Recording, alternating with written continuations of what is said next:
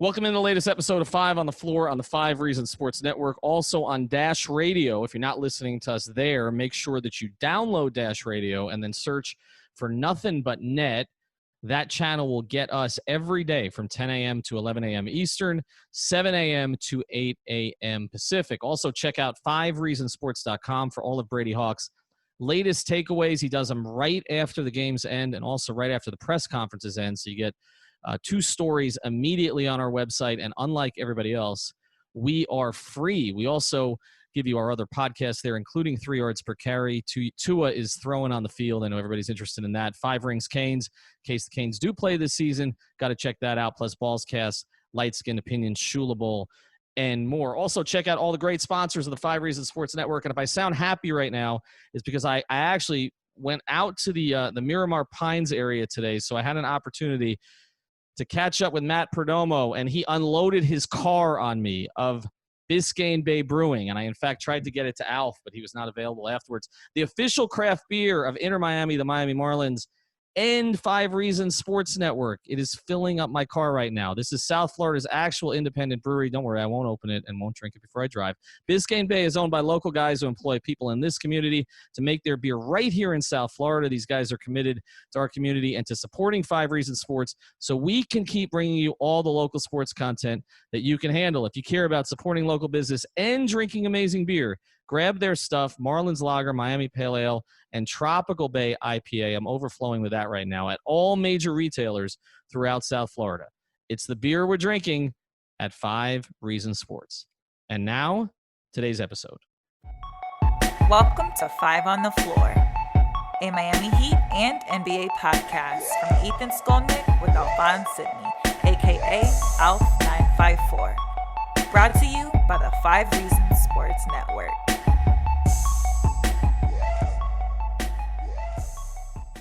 All right, Ethan Skolnick back on 5 on the Floor. Here's today's floor plan. We're getting you ready for Heat Pacers in every way imaginable. We've got 2 guests, 2 of the best covering the Indiana Pacers, 2 people I've known for a long, long time. I won't hold Scott Agness' friendships against him, but we've got him first, and then we're going to have J. Michael Falgoust, who has a similar friendship. He's going to be on with us a little bit later in the episode. We've got a full boat today. This is really 5 on the Floor. I've got Alphonse Sidney, Alex Toledo, Greg Sylvander, Scott Agness, and myself. Scott, I know you've worked for some different outlets. Who are you working for these days, and sort of your general thoughts before we get into the specifics of it on this series? Yeah, hey, Ethan. Good to be on with you guys. So I was with The Athletic, but then I was part of that cut. So I continued on, launched my own site, fieldhousefiles.com, the Fieldhouse Files podcast for Pacers coverage. And this matchup, it'll be fun. It kind of brings back a little bit of those 2013, 2014 matchups, although those were obviously controlled by the Miami Heat here, and the Heat have won all 3 of the season series this year. But it'll be just interesting, I think, how this matchup shakes up, and that the Pacers beat up injuries. Sabonis isn't in the bubble. Jeremy Lamb's out. Victor's not himself. And Bam Adebayo has eaten them up alive. So I think he's the key factor in all of this. So let's get to you on this. Let's start with you here, Alex. When you look at this matchup, I polled this today to Heat fans, and cocky Heat fan is back. Because I asked, which of these 4 guys concerns you the most, Oladipo, Warren, Brogdon, or Turner? And although Oladipo won with about 50%, most of the responses were no one. Wow. You have pretty much taken a similar posture on this throughout our recent episodes. Is there anything that can change your mind?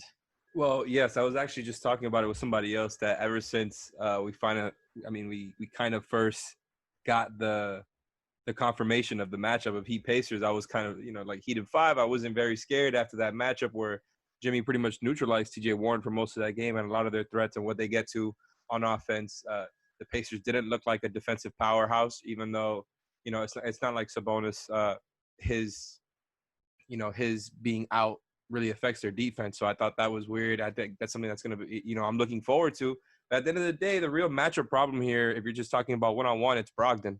I think we've known all year the point guard defense has been a big weakness for the Heat.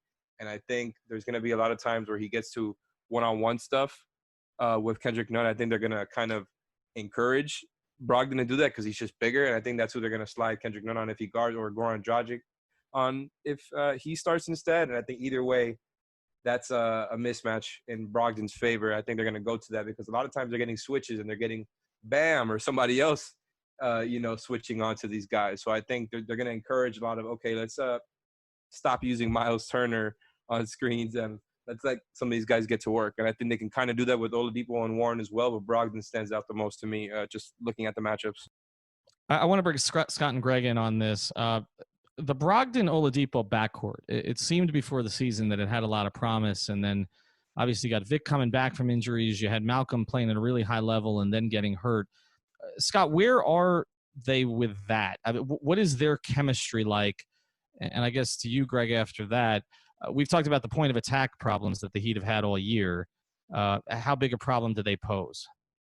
Yeah, so Ethan, it's that relationship, that backcourt, it's still in its very infancy, right? Because during the regular season, they played less than 90 minutes together because of Oladipo's injuries. And then right when Victor came back, Malcolm suffered this hip muscle quad injury that ruled him out indefinitely. And so actually delaying the season helped him to become as 100% as he could become. But they haven't got a ton of work together, mostly limited to what we've seen in the seeding round games. And Victor, clearly not himself just yet. Malcolm's been bothered by a neck strain he suffered during one of those early seeding round games. So there's not a lot of takeaways just yet out of that backcourt, but I think what we've seen is, like you talked about earlier, is nothing about this team is flashy or jumps out at you. What it is it could be a different guy every night. It could be Victor goes off for 25, then TJ Warren has a good game, then Malcolm Brogdon hits 4 threes in a game. That's, I think, probably the biggest concern I would look at with the Pacers is any one of them could go off, whereas I see somebody like the Heat as a team that you know what Jimmy's going to give you. Bam's always solid against the Pacers, giving you a double-double. And then I think a real X factor probably becomes a guy like Duncan Robinson, who can erupt from downtown, and the Pacers do not have – while they shoot it well from downtown, they just do not shoot a lot of threes. They're last in the league in attempts. So they don't want to get into that back-and-forth game from beyond the three-point line. Greg, again, the Brogdon thing, I was surprised at how many Heat fans picked him, but I feel like some of that is, and I'll bring Alf in on this too, I feel like some of that is that they don't know the name as well, even though he was Rookie of the Year. So there's a little bit of that random scrub Heat killer thing, even though Malcolm Brogdon is not a scrub. Is that just like – borderline all-star this year, by the way. Well, no, I know it, but in Heat fans' eyes, deep, again, we have a pretty no, it's for the Heat fan fans. base It's for the Heat fans. Right, but I'm saying Oladipo, TJ, we just saw bubble TJ. I mean, so Alf, how concerned should we be about Malcolm Brogdon? I think the Heat should be really concerned, right? Because you just mentioned the point of attack defense. I don't think Brogdon has the speed of some of the guards that have bothered the Heat recently. But, I mean, he's still a force to be reckoned with, and you really don't have a guard defender that you can really rely on when it comes to him. So I think the lack of speed there makes things a little bit easier on them, but he's still super crafty. He maybe like Scott was saying, the next strain is bothering him, and maybe he's not going to be himself. But if Brogdon is who he has been all year, yeah, that's a huge issue. And anytime the Heat play a team with a good point guard, it's going to be an issue. Let's get to TJ Warren here for a second, because Jimmy Butler came out today and was basically like, this is not about me. It's not about that matchup. But of course he's made it about that matchup. I mean, he was playing a song with lyric trash in it on Instagram after essentially shutting him down. I want to go at this from TJ's perspective, because we only get Jimmy's perspective on this. How much have you dealt with TJ, Scott? And how personally do you think he's taking this? And how do you think he'll come out from it? Because we have seen when Jimmy gets in guys' heads, sometimes they don't react to it all that well. Yeah, so TJ joined the Pacers this summer. Last summer, the first time I talked to him was out at Summer League, and he's a very quiet guy, like even within the locker room and within his teammates, right? He's a guy that's not going to go play golf while they're at the bubble. He's going to watch highlights on YouTube. And so I was talking with him today, asking him about preparing for this matchup. And by the way, this is his first playoff series. He was in Phoenix, so he has never even experienced anything like it. And so the unfortunate thing for him is he starts his playoff career in a bubble where there's no fans, but actually I think that benefits him because he's not about everything that I see Jimmy being about, is performing, putting on a show, going to Instagram, pleasing the fans. A guy like TJ Warren's a guy that just wants to play basketball. He just wants to ball. And so while, if anything, the biggest thing that might interrupt what he's trying to do is having to do more media sessions and answer more questions because he has been balling out. But I think he probably has gotten a little bit frustrated with not only this last game that they both played, but really what has gone on all season long, because they had contained him. He didn't play well. He scored 3 points in that game in Indiana where it kind of erupted, where he got ejected. And so that's something he has to be cautious of, but it's something Nate McMillan, Pacers head coach, didn't even address with him before the last game because it's really a non-issue. I think it's more something that fans like to talk about more than anything. But Scott, why did it even happen? I mean, that's my question. Like, if TJ is such a quiet guy that doesn't get into this kind of stuff, like, because he was disrespected on the court. TJ was trying to slow him down. I think it goes back to that December meeting when those two got tangled a little bit. We also saw TJ draw an offensive foul on Jimmy and then Jimmy get upset. And I just take it as he felt like he was called out individually, right? To say, hear Jimmy say, "You're trash." I would laugh at any coach that thinks, I can't guard him or things like that he said in Indiana. I think he just takes it as a personal attack. He doesn't get caught up in the social media aspect or looking better. It's just he heard himself be called out. That's all. Okay, Scott, I had one thing to ask you. So we were just talking about which kind of perimeter threat we're most scared of for the Heat because, like we've mentioned a couple times already, the perimeter defense has been very shaky all season. They were starting Myers Leonard, now they're not. So that's kind of made things a little bit cleaner for them on defense, along with the fact that Kendrick Nunn missed a lot of time, who was one of, him and Goran Dragic, both of their point guards are bad defenders. So naturally that kind of made them a cleaner defense. But it will be back to being a problem if both of them are getting playing time. And that's why I tend to lean to Brogdon. But I'm basically saying this to say, how do you feel about Victor Oladipo, where he stands right now specifically? Because I think he's the real X factor here. And it kind of seems like the obvious take because he's the guy who we all thought they were kind of building around. Now they have multiple kind of borderline all-stars with him, Brogdon, and Sabonis, who actually made the team. But if Oladipo, who has been making jump shots, can actually get to the paint consistently, we know that that's a way that he can kind of beat Miami because we assume that they're going to have Jimmy on TJ Warren, being that they start small. But it could be that they put Jay Crowder on TJ Warren and they put Jimmy on Oladipo to kind of make sure that he doesn't get to the paint. How do you feel about the way that he's looked in that specific aspect of his game that relies on athleticism, as we know? Yeah, so first of all, I think this is a tough one for the Pacers' wings because they don't have a lot of speed. And I look at the Heat as a team that has a lot of different bodies, different matchups they could throw at a guy. I even go back to former Pacer draft pick Solomon Hill. He can play some defense. Jay Crowder can D up a little bit. They have bodies that can defend guys like a TJ Warren or Victor out on the wing. But I do want to note also with Malcolm, by the way, he was playing in all-star form till about December. And then now he's had 8 injuries, if you include even COVID in that.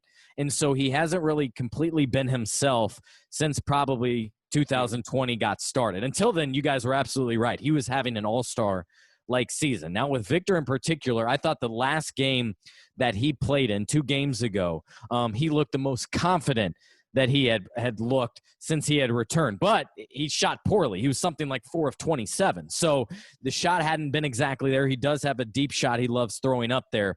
But I did like the fact that he didn't hesitate doing his step back. He didn't hesitate trying to get to the basket because that's his game. It's trying to beat his guy off the dribble and either finish or dish off to an open guy, maybe a corner 3 in Justin Holiday.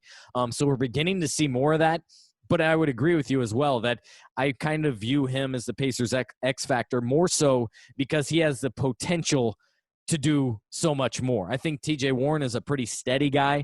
The 53 points is more of an exception than the rule. He was the team's leading scorer this year, but I think he's more of a 20-point per game scorer, whereas Victor maybe could get 20, 25, 30 potentially if he plays that 37 minutes. Whereas I think also what we've seen too is that defense, with Sabonis being out of there, they're playing more of a spread offense, less dribble handoffs, less pick and rolls, and more bringing everybody out and spreading them around.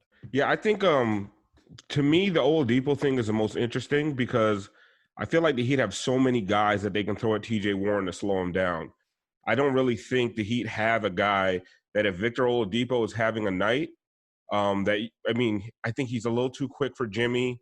And then, if Derrick Jones Jr. is not going to be available for the first few games of the series, I think Vic is going to be a huge, huge problem. Like, Scott, what do you think are the prospects of seeing, not even 100, we know he's not going to be 100%, but an 85, 90% Victor Oladipo in the series? Yeah, Alpha, I think there's a chance we see it. A very good Victor Oladipo probably for a couple of games. I think that's probably the most predictable outcome here.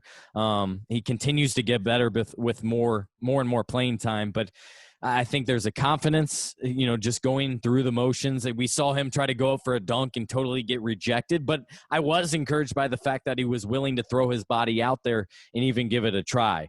But I think he's kind of taken more of a role of a facilitator and then take what the defense gives him at this point. Because, go back to the last game. He was 2 for 12 from three-point range. And the three-point shot, he was working on his shooting, 5 days after surgery, and where he's more than 18 months removed from that. So the shot I expect to be there while it exactly hasn't yet. And the fact that the Heat are able to throw so many different looks at him, throw so many different bodies at him, I think it's going to be a challenge. But I know he's up for it. And I'm sure it's something you guys will address at some point, but it's something the Pacer fans are talking about, is the dilemma of, how much is he considering, his off season, and does he want to play for the Miami Heat down the road? Obviously that's where he spent his last couple of off seasons and trains and everything, even has a gym down there. So there's external motivations, I think, that are discussed here in Indianapolis. What about without Sabonis, the lack of rebounding? Is that something that Pacer fans and people with the Pacers are concerned about? Because the lack of size with that team, Miami has trouble with teams with a lot of size. There's not a lot of size in Indiana right now. So is that something how are they addressing the rebounding concerns? So rebounds have been a grave concern, even if you include Sabonis in there. It's been a problem, I would probably say, for the last 4 or 5 years. Like, this isn't anything new, in fact. But him being away, that's double-digit rebounder. He already set the franchise record for double-doubles. So it was a given what Sabonis would give this Pacers team every single night. And right now, he's out of the bubble. He's in L.A. trying to rehab some plantar fasciitis in his left foot. So you don't expect him back. So what the team is trying to do is, what they keep preaching is that it's on the guards more than anything. Those guys need to crash rather than staying out on the perimeter. And to your point, Alf, the fact that Pacers do not have much size. Going into the season, they were starting 2 centers. Now in the playoffs, they really only have 1, because Sabonis is out, and the other one is Goga Bitadze, who's been limited all season with knee soreness, and he's a rookie.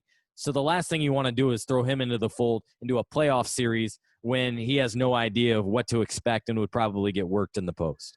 All right, so that I want to follow there, because the one big that they do have has a lot of potential, and he's a guy who I know Heat fans liked quite a bit when he came in. In fact, some were projecting, or maybe he might end up with Miami down the road. But there also seems to be some friction between him and the Heat's big guy. I don't know if it predated Bam Adebayo going out to Vegas for the U.S. team, or whether it happened there, but I've just heard a lot about it. And Bam was asked about it, I guess it was yesterday, and, again said, he was asked if he was like a Myles Turner-like player, and he said, "I believe I'm one of one," which is, of course, his Twitter handle.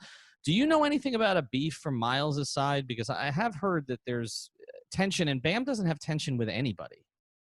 No, I don't. The only thing that, like you mentioned, Ethan, is the fact that Myles got that nod for Team USA this past summer. He was able to go with the team and was a key starter, actually, for that group for much of the time. And I think Bam probably felt a little bit disrespected about that, especially considering he kind of wins the head-to-head matchups every single time. But I don't know anything that goes back before last summer. Sorry, I was going to let Alex jump in. Oh, my bad. I was waiting for you to kind of say something. It's bad that Leif had to jump off here because of technical issues, but Greg and you are really the insiders here, and I wanted to see what you guys were comfortable with talking about with Bam and Myles Turner. And then also it's actually relevant because we had that quote recently where Bam was asked about Myles Turner, and I don't remember exactly what the context was, but he was talking about how he's one of one, like he says in his his Twitter handle or his Instagram handle, and he kind of like breaks it down. And I don't know, I do think that it's kind of like a secondary angle. Everybody's kind of focused on the Jimmy TJ Warren one. That Brady seems like it was more just like a one game heat up than an actual, beef. But the Bam and Myles Turner one is interesting to me, and I think it also is kind of like whoever wins that matchup might really swing the series. But my real question here was going to be about the fact that the Heat's defense, although they're not dropping back as much as they used to because they're not starting Myers Leonard anymore, they're doing a little bit more switching now. They allow a lot of threes. They allow a lot of mid-range shots. And I know the Pacers, like you said earlier, don't really take a lot of threes, but they are very efficient at the ones that they do take. They're very deliberate in that way. They do, like their main perimeter weapons, do kind of prefer some comfier mid-range shots. I think they're not really pull-up three guys. I think that's something that could really swing the series the Pacers' way if they take advantage of that and really just become more aggressive with taking threes. And I think they will be there a lot of times because of the Heat's three-point defense. And how do you feel about where they stand as far as their mid-range and three-point shooting and how that could change, especially now that they're playing a 5-out lineup? Yeah, so the Pacers are one of those teams that don't mind the mid-range, much like even Philadelphia is. They're not discouraged. They're like second in usage, right? Like behind the Spurs or something like that? Yeah, they're encouraging it. And a guy that is TJ Warren. That's where he normally gets most of his baskets. I know he's shooting better than like 52% from three during the seeding round, but the majority of what he gets is kind of inside the paint, runners right around the free throw line, where most teams, sure, go ahead and take that. We don't mind. And so they're all for that. They just want to take the best open shot. And so they will take the three too, but they're last in attempts, fewer than 30 per game. I think they're like top 15 in percentage, so nothing spectacular. But they're going to have to consider that. The one thing I know a lot of us are wondering about too is how much zone, if any, will we see from the Miami Heat, because that's something they played right more than any other team, it seemed like, in the league, but they didn't show it last game. And a couple changes defensively for the Pacers that are noteworthy I want to share is the fact that they've been switching a ton more this year than ever before. And also on top of that, what they've tried is occasionally coming out of zone. So maybe out of timeouts or the start of quarters is they'll throw a little 3-2 zone. Not much, but some, just to try to throw off a possession or two. So speaking of TJ Warren and the mid-range game, what do they have to do to get him going?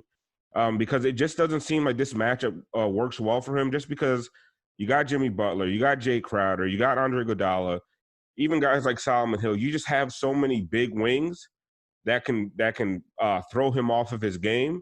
And I don't know if it's a mental thing or what, because he didn't seem to have a problem with any other team in the bubble, but he's had issues just playing with Miami, against Miami all season long. What do they have to do to get TJ going? Yeah, I think the biggest thing is probably just not to force it, just to let him play his game, because he's a guy that's very much kind of go with the flow, take what the defense gives me here. They're not going to run a ton of sets necessarily for him, although that is something they have done more of with Sabonis out, and he's, of course, benefited with more operating space, right? So instead of having what they were doing with Myles Turner kind of in that short corner, just basically taking up space, and then Domantas Sabonis at one of the elbows. Well, that's kind of the area where Sabonis was, where Warren likes to operate. So now you're clearing that away, which allows, I think, Warren to thrive a little bit. But you're absolutely right. With so many different bodies, they can show Warren a little, so many different looks, I think, out there. And so I just think, in short, it's just important for them not to force it, not to stress it, just to kind of allow Warren to go get his, like he has done all season long, and not to make a key issue out of it. And in fact, actually get others going, which should reduce the pressure of TJ Warren and how much they need for him. Because if you can get Myles Turner knocking down some threes and Malcolm Brogdon maybe hit 3 or 4 a game, then you really like the Pacers' chances. And the other key thing is that second unit, because the Pacers, I thought, had one of the best second units in the league until all these injuries. Now you move Aaron Holiday to the starting lineup, so you're going much smaller. Sabonis was the central hub to that second unit. A lot of dribble handoffs with Doug McDermott, a lot of passes to the corner with Justin Holiday, who's shooting better than 40% from three. So Sabonis being out is a huge factor with that second unit, and they quite honestly have not played well at all really in the bubble, maybe excluding the last game or two. What's weird about all this is that, we talk about they haven't played well The Pacers in some areas have struggled. The Heat, I think we feel have played pretty well. The Pacers had a better record in the bubble and ended up getting the 4 seed. I know it wasn't, the Heat's primary focus, and some of the underlying numbers for the Heat are pretty good, but the records kind of belie a lot of what we talked about here. I want to finish with you here, Scott, and then we're going to bring J. Michael on to talk about some things. Our guy Greg Sylvander was on earlier, had some technical issues, but one of the things he talked about a lot with the Pacers coming in was whereas the Heat, this felt very much like they were trying to get something accomplished in the bubble. The sense that he got talking to some around the Pacers camp was that they were just kind of trying to get through this whole bubble thing. That it was maybe the focus is not kind of trying to contend for a championship this year. But again, they're in the 4 seed. They're going to be in a competitive playoff series. How much do you think this means to them?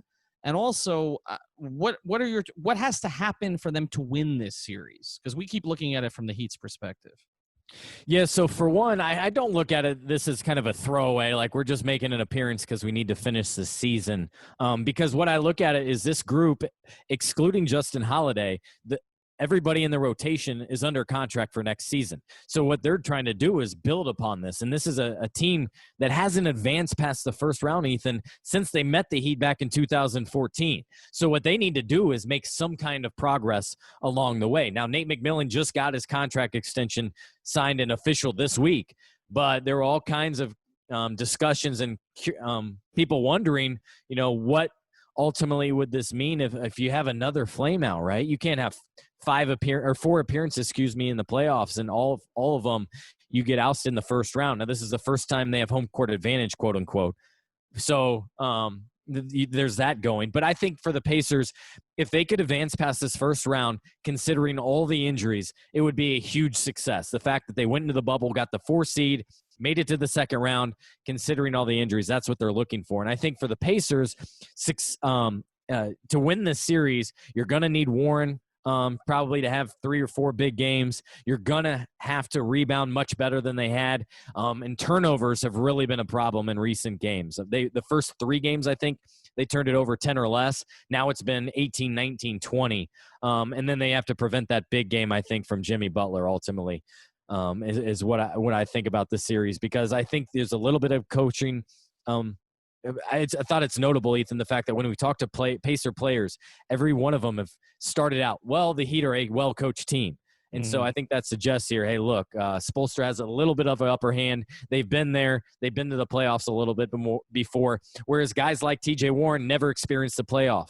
Justin Holiday, been in the playoffs, but never really been a key participant in it. So there's a lot of newness for this Pacers team.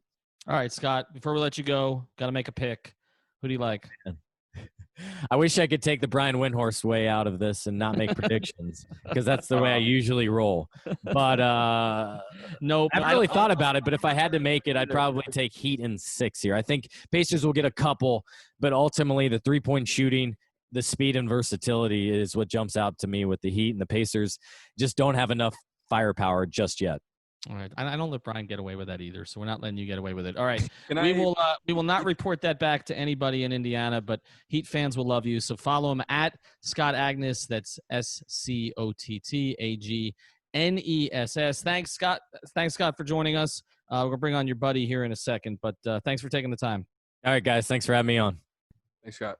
I want to introduce you to another of the great new sponsors of the 5 Reasons Sports Network, and it is a sponsor that would be important in any time if you want to have a beautiful workspace, but it's especially important now when you need a safe one as well, and that's safecubbies.com, which offers modular office solutions designed to elevate your open office into a modern and safe environment at any budget. You can personalize your workspace with options like whiteboards, magnetic panels, acrylic sheets, and graphic branding. Most of the surfaces are non-porous for easy cleaning and can be removed or replaced within minutes. Now, this is for workplaces. They've got a bunch of different options on their professional series, but also they've got private room solutions, dividers, and sneeze guards, and they have a classroom series as well. So if you're involved with a school, this is definitely something your school should check out, of course, if we have school in the fall. And that's the point here. We are entering a new normal period with COVID-19. SafeCubbies.com, which is locally owned,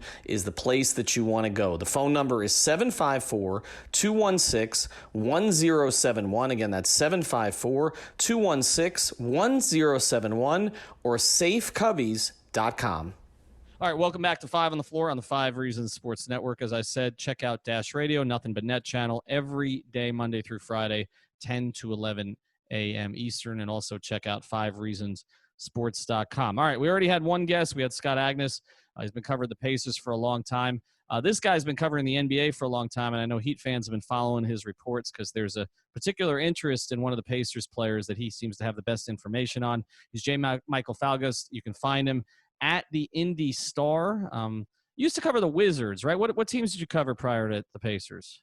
Yeah, I did the Wizards prior to that, and before that I did I did more of a national gig where I did a little bit across the country. It's kind of weird. I was living in the East Coast, and I think I did more West Conference teams probably for about, a 5 or 6 year span. So I kind of jump around a little bit of everywhere. But, yeah, primarily in terms of just team beats, you're looking at Pacers, and previously that was the Wizards. The Wizards, because we are going to talk mostly Pacers, but ears perk up with the Wizards also. What was your last year on the Wizards? My last year was their last playoff run when they lost to Boston in 7. Series they had no business losing, but that was 2017. All right. Well, Greg's ears are going to perk up on that one. So I'm sure there's another player we'll probably talk to you about before this thing's over. But here's where I want to start with you, which is Victor Oladipo, because this is one of the strangest things that I've seen. I mean, Jimmy Butler made it pretty clear he wanted to play for the Miami Heat, but he did it through back channels. Victor Oladipo is doing it on the court. Can you give us some insight into where the relationship is with the Pacers right now as you see it? And is he just flirting for fun with the Heat and with Bam and with Jimmy, or is there something to this? I'm going to be honest. I don't get a lot of things Victor does.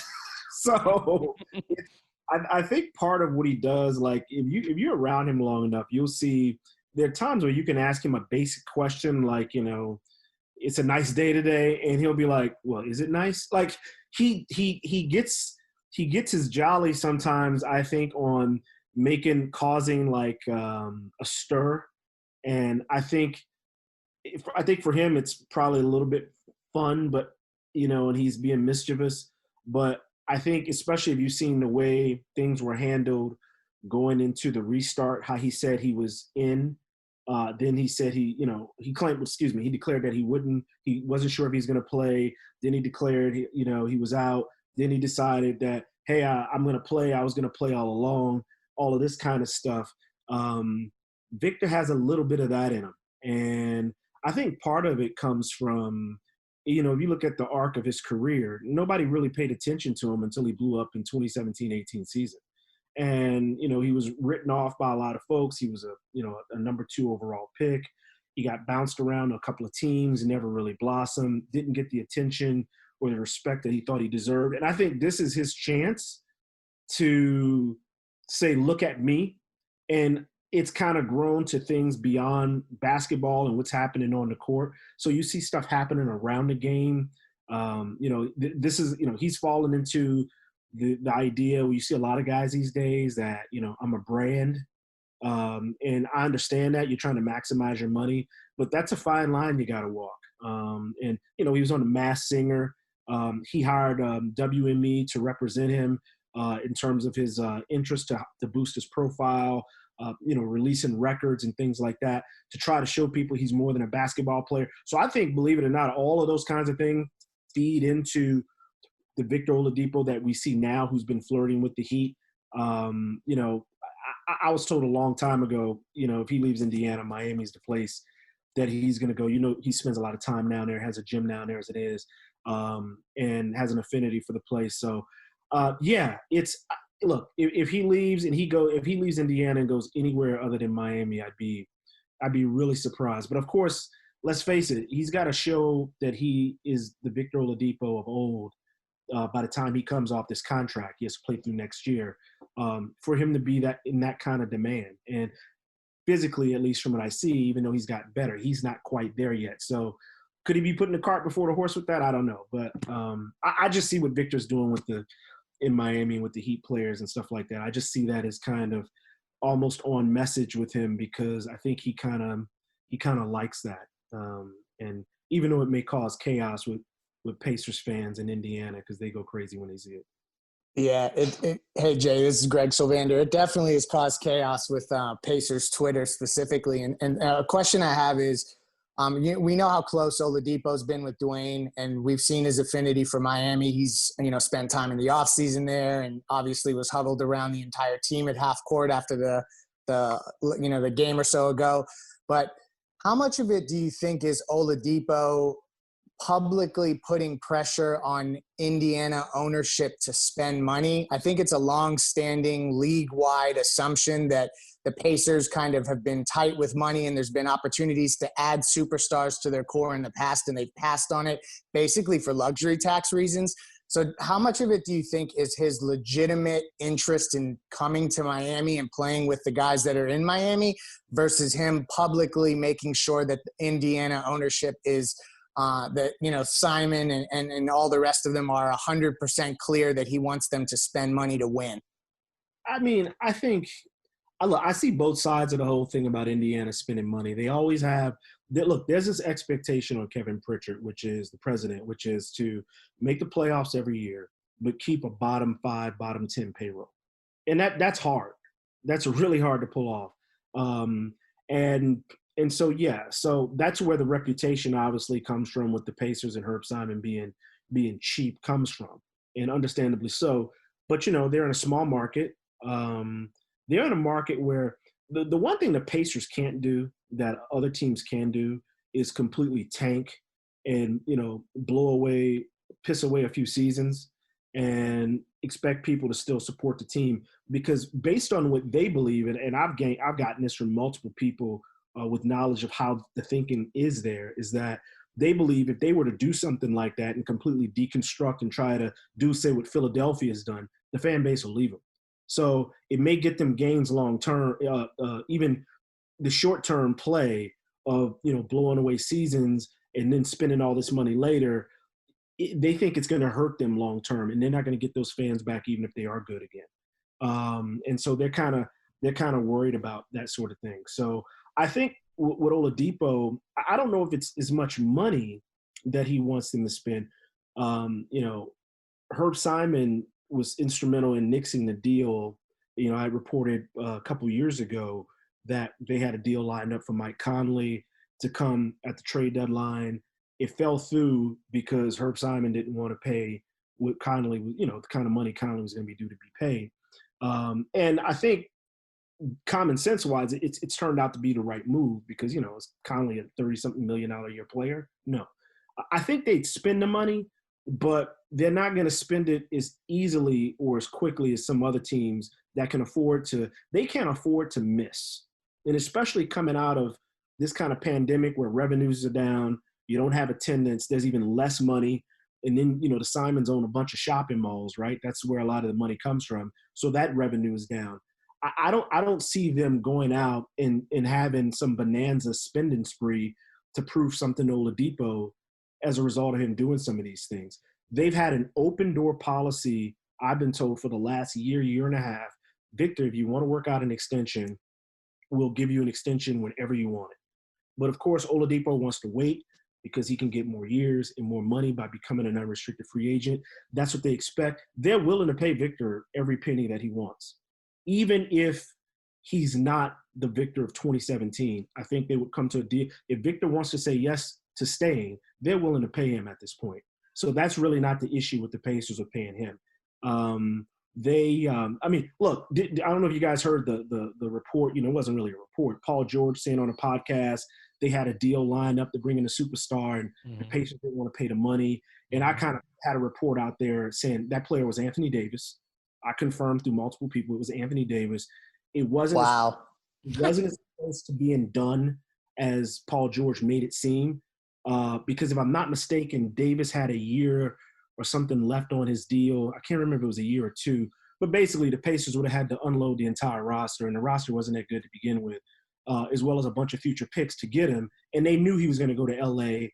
anyway. So it kind of bleeds into this reputation of, well, they just didn't want to pay the money. They could have had Anthony Davis or Paul George, but they wouldn't have had much else on the team, definitely wouldn't have had a bench, and they knew that he was going to be going to the L.A. Lakers the minute he could become an unrestricted free agent. So part of it's a reputation that's deserved because they keep a bottom payroll. But the other part is they're in a tight spot, that a lot of these smaller markets go through. And it's just not as easy for them as it is for a larger market. But Oladipo definitely, I was told this by multiple people on both sides. Oladipo wants to get the maximum money he can possibly get, and he wants to win. And by winning, he wants to win in more than the regular season. So however the Pacers are able to get there, getting out of the first round and upsetting Miami would be a good start to this. But if they want to convince him to stay, those are the two things that he needs long-term to say, I want to still be in the Indiana Pacers uniform. But Jay, I mean, that sounds like almost an impossible task because if you're in a couple of ways. First thing, if you're telling Pritchard, to do this with a bottom 10 payroll every year, and at the same time, you're basically telling, Vic wants to be max, but he wants to win big. But if you're maxing Vic, and Vic is not the Vic of 2017, you're restricting yourself in other ways because it's harder to get players to an Indiana than it is to get players to a Miami. I don't even think that these things are possible, right? I mean, the team that was built in Indiana the last time that pushed the big three Heat but couldn't get through them, was primarily a homegrown team. Right? West was brought in, obviously, but Stevenson was from there. Paul George was drafted by them. Danny Granger was drafted by them. That was a homegrown group. Roy was drafted by them, right? So, you have to hit on all your – if you're a franchise like Indiana, you got to hit on all those kind of middle picks. They're never going to be bad enough because they're well-run and well-coached. They're never going to be bad enough to sink all the way to the bottom, and the fans there won't tolerate it and won't come. So you have to kind of do what Kevin Pritchard's doing, but you're never going to get the top 5 pick, and you're not going to get the premium free agent. And so it almost seems to me like Vic's asking for the impossible here, and then – it comes back to this, I guess, and this is the question we're all dancing around, and I think this applies to the Heat. If there is actually serious interest from the Heat, is Vic going to get back to 2007 Vic? Because, that season was an outlier in his career, and then he got hurt. So, what is the upside for him? Will he ever get back to that level? I don't know. I would say, and here's the other thing we got to consider. By the time his contract, the one he's currently playing on, is done, he's going to be 29 going into 30. So that's the other thing you're looking at too. So if you're going to give a 5-year deal to a guy who's going to be on the downside of his career by the time it ends, that's the other thing you also have to think about. Injury or no injury that he's coming off of. So I think that compounds the issues going forward. But I couldn't agree more. I keep thinking to myself, I know the Pacers feel like they have to pay him and keep him because it's so hard to get guys the caliber of Oladipo there to begin with. And that's kind of driving, I think, some of the thinking. Whereas, let's face it, if this were the LA Lakers or even the Knicks, as bad as they've been, and they were in a situation with a player the Knicks probably would still give him a max deal coming off of a bad injury. Yes, they would. Yes, they would. They double max him if it was possible. Responsible teams in big markets, okay? So the Lakers, would they be like, you know what? It's like a bus. A better player, as good of a player, if not a better player, is going to come along in 5 minutes, and we're going to be fine. Whereas the Pacers don't have that sort of luxury. So, yes, they got to knock their draft picks out the park. Paul George is number 10 in the lottery? A good, obviously a high pick, but wasn't considered to be on the level with the guys who usually pick 1, 2, and 3. And they were fortunate with that one and knocked that one out the park. But they got to be great in free agency, which is hard, and that's generally not going to happen. So the only other 2 areas where you can guarantee that maybe you can do things right is the draft and then the trade market, and to be able to get guys to come. But yeah, I agree. I think checking all of those boxes, if you're the Pacers, man, that is a hell of a position to be in, and it's tough. And the thing with Oladipo is, I just did a breakdown. I just filed a breakdown for Indy Star about what the Pacers have to do in order to flip the script on Miami in the postseason. And the last item I almost forgot to add was on Oladipo. And, they can't put him, defensively. As good of a team defender as he is, defensively right now, you can't put him on guys that he's got to chase a lot. You can't switch and put him on bigger guys the way you can do with some other elite players. He's not big and strong enough. And aside from the fact that with his knee offensively, we still don't know if offensively he can be what he was in 2017, on top of what I think are potential defensive liabilities as well. So, yeah, they would be rolling the dice on Victor.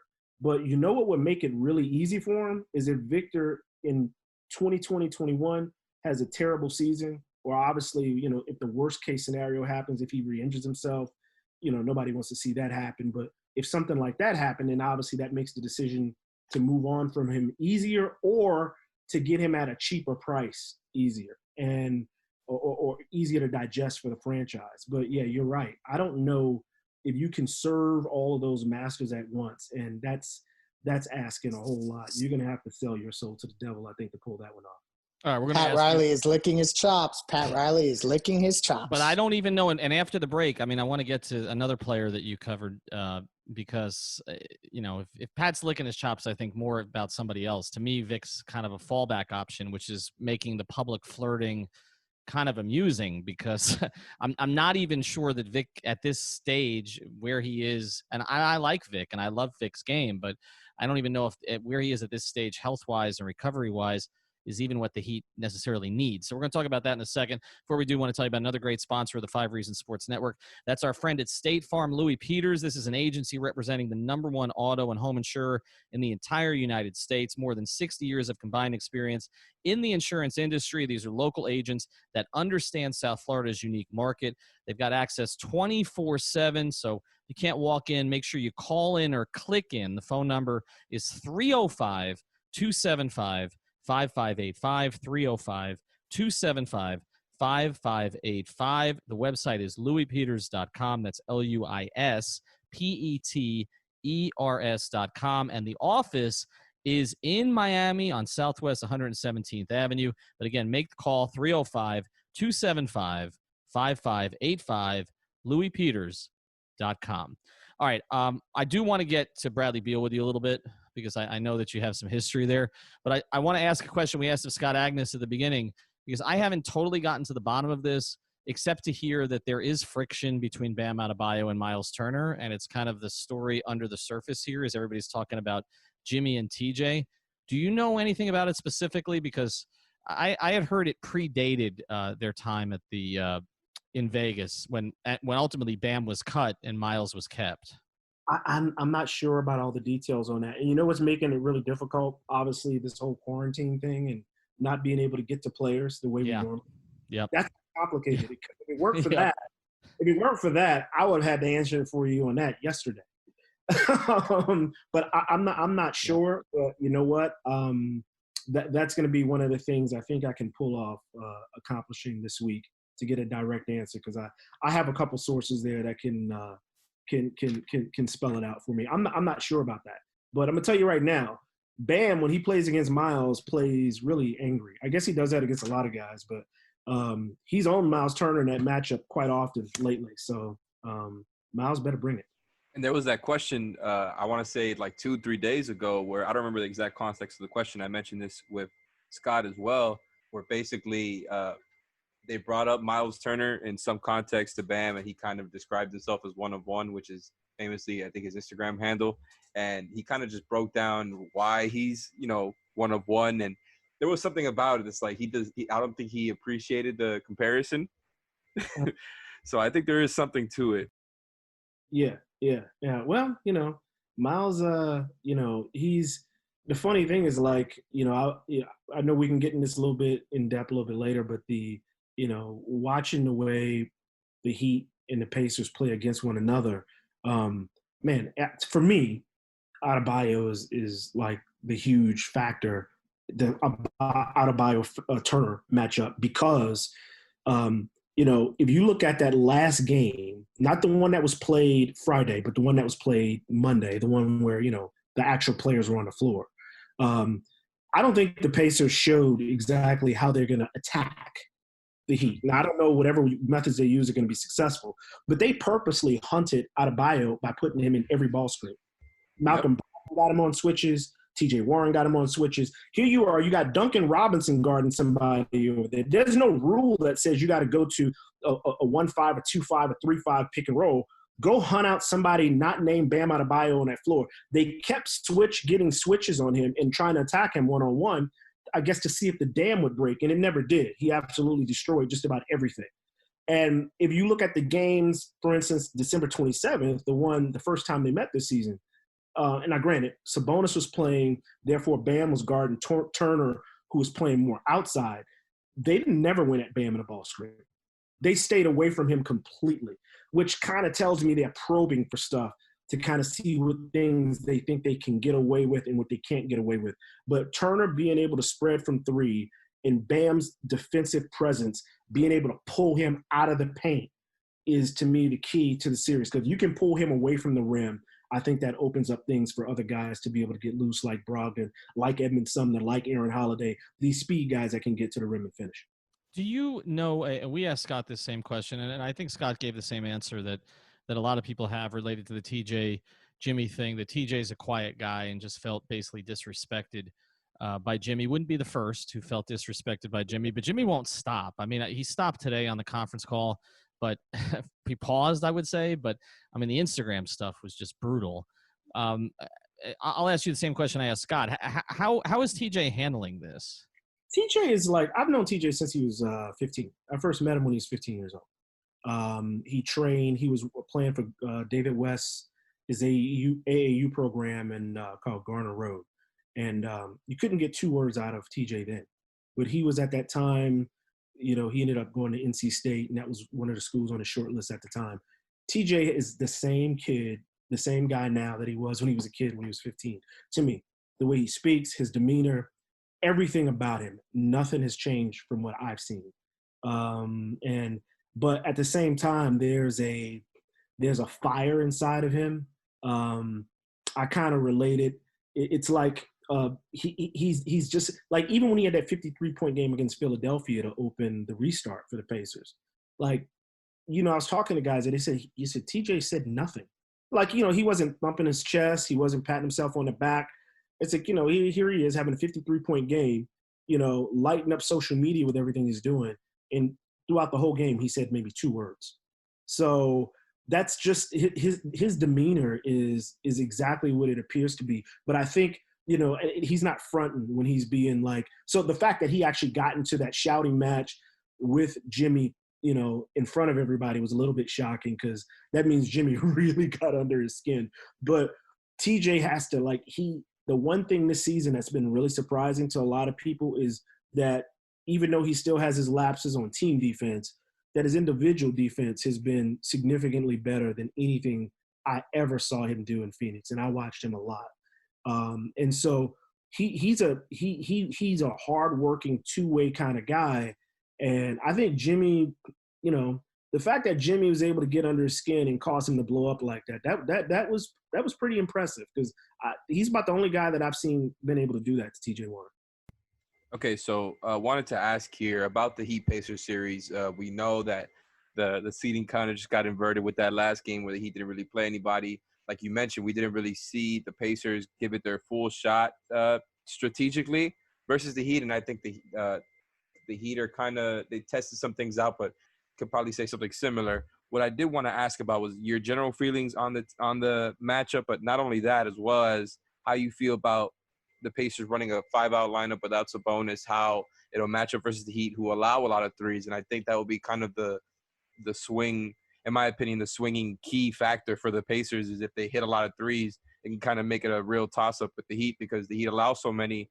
And although the Pacers don't take a lot, they're in the bottom of the league, like Scott Agness had mentioned it with us before you came on. They can kind of take advantage of that. And the Heat also give up a lot of mid-range jumpers, which T.J. Warren likes to take. Brogdon and Oladipo are willing to take them as well. How do you feel about that? And again, your general feelings on the matchup? Yeah, the matchup I think is going to be a lot more competitive than the regular season series. I'm still going to lean a little bit towards the Heat. If you ask me if I had to pick somebody, I mean, granted with this restart, there's so many quirky variables in play. I'm not sure how things are going to work out, but I think when you look at when the Pacers played well against them, even in the games they lost, I only really care about, for me, when I analyze how they match up, I really only care about December 27th and January 8th. Because those are the two games for me where we saw those two teams playing. What we saw in the bubble, I think, was just not quite the same thing.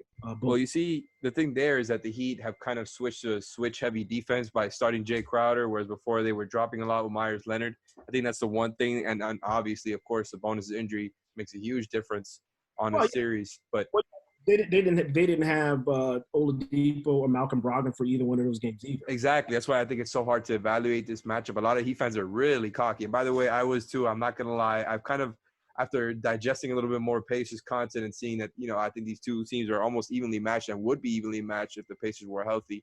I think it'll be interesting, and I think they have to take advantage of some gaps that the Heat are going to give them there. Well, we'll tell you though, it's consistent though. Like the Heat using zone against the Pacers, they went away from that after the first game.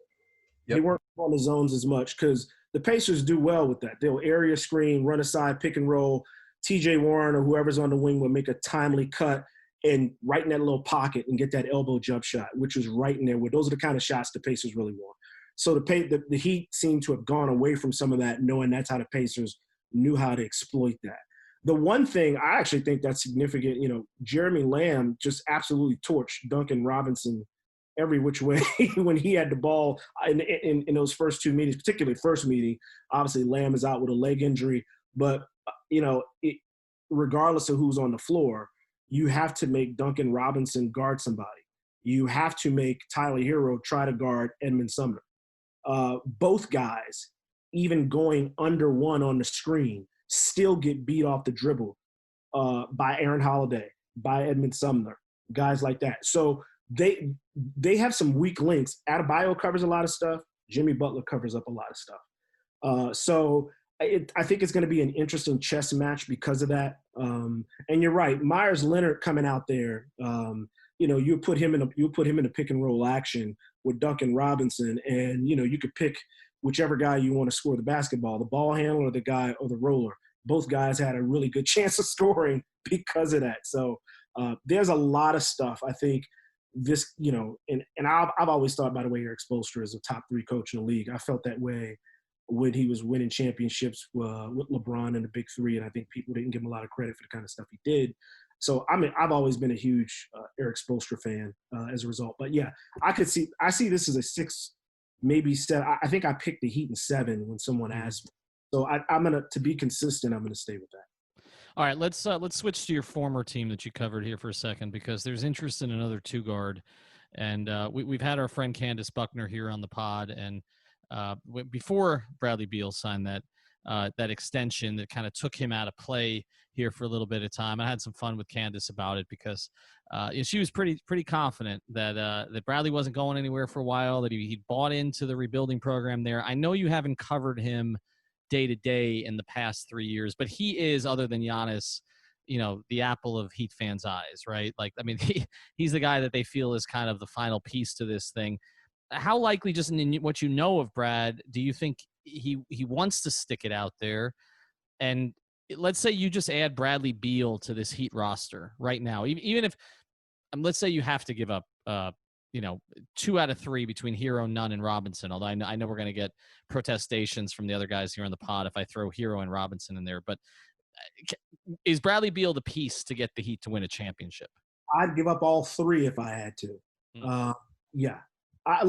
People got to understand my affinity for Beal. I was on the Beal bandwagon when he was averaging 13 points a game and people thought he was just a catch-and-shoot player. And it was more of a product back then of how he was used in the offense, not so much. Because I saw the kind of stuff that he did when he had a chance to put the ball in his hands. So, look, Bradley Beal is, and he didn't play good defense this year. I mean, let's face it, nobody on the Wizards played good defense this year. He's a scoring machine. But during the time I was there, he was the most defensively responsible guard they had. because he rarely got beat by his man off the bounce. And he's actually a two-way player when he's at his absolute best. And I think having him on an actual good team, you'll start to see some of that again. But I'd give up any combination of those three players. It doesn't really matter to me to get Beal, because Beal, unlike Robinson, can guard other people. Beal can obviously shoot the three, but he can shoot the three in more ways than catch and shoot. He can kill you off the bounce. He can 1 foot. He can 2 foot stop and hit it. He can run the pick and roll.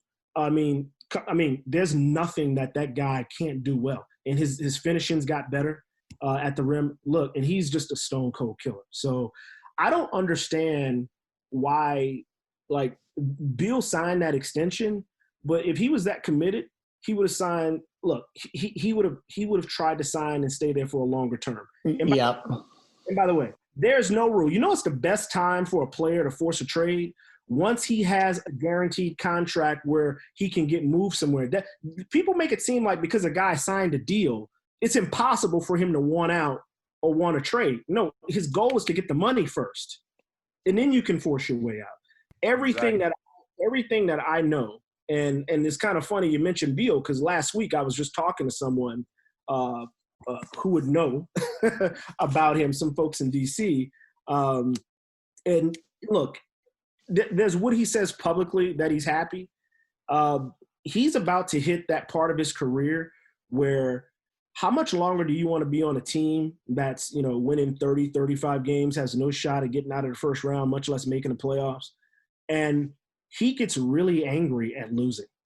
And he's not going to want to tolerate that. The question is, when John Wall comes back and Brad has to share the team again, where he's not just the man, what happens? Because I'm going to tell you something that did happen.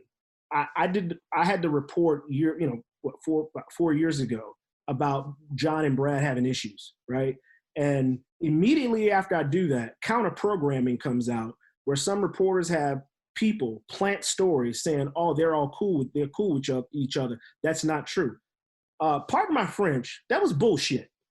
Uh-huh. You know, I know it's bullshit because when I saw those players after I wrote what I reported, they dapped me up and said hello, never came to me and said I had anything wrong, were never mad at me. You know why? Because every single detail in there was true. They had heated words after a game in Memphis after John took a final shot that the play was called for Brad. Brad had the hot hand. It was his career high at that point. He had made something like 12 or 14 shots, and Wall took the shot. He just went away from the play. They got into an argument after a preseason game against a Brazilian national team. A Brazilian national team game. They got angry. They had been frosty. So it's like one of those things when things are going good, everybody's kumbaya, yeah, we're cool. But deep down, that undercurrent where you have to be behind the scenes, it's a completely different atmosphere, and you can see the body language and the tone being totally different. I'm curious to see when John comes back, have they been able to kind of get past that? And I think part of the issue they had is under previous management with Grunfeld, and I loved Ernie Grunfeld personally, but nobody ever put their foot down and say, guys, cut it out, right? Nobody, they just kind of say, well, just let the coach figure it out.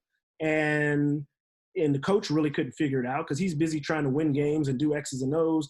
And meanwhile, you got to manage all this drama over here, and then it spills over. Players in the locker room take sides against each other, and all hell breaks loose. And that's what happened. It kind of sounds like Bradley Beal would be a fan of Heat culture, actually. But, you know, something that struck me as we've talked is, you know, you've been around Oladipo, you've been around Bradley Beal, and both of them have close connections to Dwayne Wade. And I guess when you have conversations with guys around the league or directly with Oladipo and Beal, how much does the affinity for Dwayne and the relationship with Dwayne and maybe what D Wade says about the organization in Miami, how much do you think that helps in these type of scenarios where guys may start to, you know, have eyes for the Heat? So I'm interested to hear that part of it. And then I'm going to sneak one in here. Who do you like better as a franchise leader, Bradley Beal or Donovan Mitchell? Oh boy, that's a good one. All right, I'll answer the first part first. I think the you know, because Dwayne can kind of, vouch for the organization in ways, and it, in terms of what the Heat culture is like. It's always good to have an ambassador like that. So obviously that can only help you. But I think guys like Beal, guys like Oladipo, I think they really respect that, because that's the one thing that Brad and Victor have in common. I think the work ethic, the holding people responsible. And I think that's where things, at least when I was just talking about what happened in DC, it's not that John and Brad are bad guys. I love them. I love both of them. I like a lot of things about both of them. But if you don't have that culture in place to kind of that tone setter, that they didn't really have that leadership there that kind of said, hey, this is the way things are done, and this is the way they're not done, and this is what isn't going to be tolerated. I think guys like Brad and Victor look for that. And some players may rebel against it and they want to stay away from it because it's not them. I think those kind of guys gravitate towards that sort of culture. So I think that's a good thing. That's a huge plus in favor of Miami. Better leader, you said Beal or Donovan Mitchell? That's a tough one. I don't know. Probably, man. Hey, why don't you tell me who do you pick? It's interesting you say that. I would probably lean Donovan Mitchell just a little bit, but it has a lot to do with contracts and things like that. So if we're talking about purely on the court, I think it's a pretty even match. But those are the two names when we talked about Oladipo kind of being on the back burner in terms of Heat targets. The two names that are on the forefront are Bradley Beal and Donovan Mitchell. So, when you mentioned earlier that you spent a lot of time covering West Coast teams, even though you were on the East, I figure we may as well sneak one in on Donovan too. Here's what I say about Donovan that I do. Like, I would probably give a slight edge if you said leadership, because, everybody talks about this about Mitchell. Every GM, every person, talked to Donovan in pre-draft when he rocketed up the charts. People, the two guys who were the most who blew away front offices when it came to these pre-draft meetings that I hear the most eloquently things said about Donovan Mitchell, Malcolm Brogdon, those two guys, that they just floored people with their maturity. And so because of that, I would probably give Donovan a slight edge. Here's the one thing about Bradley Beal that you have to take into consideration with personality as well. He can be passive aggressive. And so can John Wall be passive aggressive, which is, I think, sometimes why they clash, and hold things in. And so I think, I don't know, since I haven't been in the locker room with him recently, I don't know where he's grown in that regard. But that's one area that I thought he always could get better, that, in terms of being a better leader. And I think probably with John being out for the last basically 1.5 to 2 years, that he's gotten better. I can only assume he's gotten better, but I don't know that for a fact with him that he's gotten better. So as a result, I would put a little bit more, if you said leadership, probably on Donovan Mitchell. But my goodness, man, I'm probably Bradley Beal's number one fan outside of his wife. His game is just wow. I've been a fan for a while. All right, this pod took a good direction. So Heat fans are going to be all into this, and also if they knew right now the shirt that you threw on here, you got a U shirt as you're talking to us here on the Zoom. So oh, you know what? That was not by design. I forgot about that. It's all right. It applies down here. I know everybody appreciates it, except Alex, because he's an FIU guy. Sorry, not an FAU guy, an FIU guy. Follow him. Could you please give me your Twitter handle again? Because I always screw it up. This is J Michael, is that correct? This is the letter J Michael. Yep. All right, sounds good. This is J Michael Falgoust. You can follow at the Indy Star. Hopefully, the Heat fans are hoping this is not a long series, but if it is a long series, we might call on you again. Thanks for doing this, man. Appreciate it. No problem. Anytime. Thank you for listening to the Five on the Floor on the 5 Reasons of Sports Network.